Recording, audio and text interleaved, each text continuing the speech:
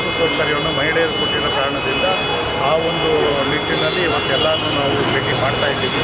ಎಲ್ಲಿ ಯಾವುದೇ ಬಸ್ಸನ್ನು ನಾವು ಬಸ್ಸು ಪ್ರಯಾಣ ಮಾಡುವ ಪ್ರಯಾಣಿಕರಲ್ಲಿ ಕೇಳಿದಾಗೆಲ್ಲ ಪ್ರತಿಯೊಬ್ಬರೂ ಕಾಂಗ್ರೆಸ್ ಸರ್ಕಾರ ಒಳ್ಳೆ ಕೆಲಸ ಮಾಡಿದೆ ಅಂತ ಹೇಳಿ ಉತ್ತಮವಾದ ಒಂದು ಅಭಿಪ್ರಾಯವನ್ನು ನೀಡ್ತಾ ಇದ್ದಾರೆ. ಇದು ತಮಗೆಲ್ಲ ತಿಳಿದಾಗೆ ಮುಂದೆ ಬರುವ ದಿನಗಳಲ್ಲಿ ಲೋಕಸಭಾ ಚುನಾವಣೆ ನಡೆಯಲಿದೆ.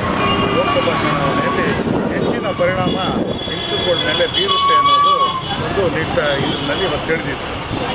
ಸರ್, ಜನರ ಮಧ್ಯೆ ಹೋಗ್ತಾ ಇದ್ದೀರಾ, ಜನರದ್ದು ರೆಸ್ಪಾನ್ಸ್ ಹೆಂಗಿದೆ ಸರ್? ಏನು ಹೇಳ್ತಾ ಇದ್ದಾರೆ ಸರ್ ಈ ಬಾರಿ? ಜನರು ಏನು ಹೇಳ್ತಾ ಇದ್ದಾರೆ ಅಂದರೆ ಈ ಬಾರಿ ಎಲ್ಲ ಮುಂದೆ ಬರುವ ಚುನಾವಣೆಗಳಲ್ಲೂ ಕೂಡ ನಾವು ಕಾಂಗ್ರೆಸ್ಗೆ ಮತ ನೀಡ್ತೀವಿ ಅನ್ನೋದು ಒಂದು ಭರವಸೆ ಕೊಡ್ತಾ ಇದ್ದಾರೆ. ಯಾಕೆಂದರೆ ನಿಮ್ಗೆ ಗೊತ್ತಿದೆ, ಇವತ್ತು ಬಡವರಿಗೆ ಭಾಳ ಕಷ್ಟ ಇದೆ ಜೀವನ ನಡೆಸೋಕ್ಕೆ.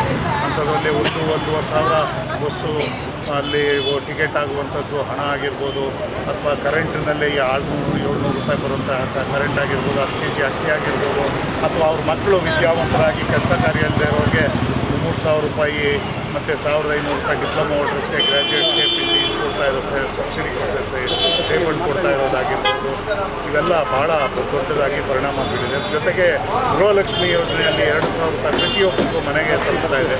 ಇದೆಲ್ಲ ಭಾಳ ಉತ್ತಮವಾದ ಕೆಲಸ. ಇವತ್ತು ನಮ್ಮ ರಾಜ್ಯದಲ್ಲಿ ಏನು ಇವತ್ತು ಕಾಂಗ್ರೆಸ್ ಸರ್ಕಾರ ಮಾಡ್ತಿದೆ, ಇದನ್ನು ನೋಡಿ ಮೋದಿ ಗ್ಯಾರಂಟಿ ಅಂತ ಅವರು ಬಿಡ್ತಾರೆ. ಸರ್, ಸೆಂಟ್ರಲಲ್ಲಿ ಇವತ್ತು ಇದೇ ಮುಂದಿನ ದಿನದಲ್ಲಿ ಕಾಂಗ್ರೆಸ್ ಪಕ್ಷ ಅಧಿಕಾರಕ್ಕೆ ಬಂದರೆ ಮುಂದೆ ಏನಾದರೂ ಕಾಂಗ್ರೆಸ್ ಪಕ್ಷ ಏನಾದ್ರು ಅಧಿಕಾರಕ್ಕೆ ಬಂದರೆ ಕಾಂಗ್ರೆಸ್ ಪಕ್ಷದಿಂದ ಪ್ರತಿ ಮನೆಗೂ ಒಂದು ಗೃಹಲಕ್ಷ್ಮಿ ಯೋಜನೆ ಏನು ಇವತ್ತು 2,000 ರೂಪಾಯಿ ಕೊಡ್ತಿದ್ದಾರೆ.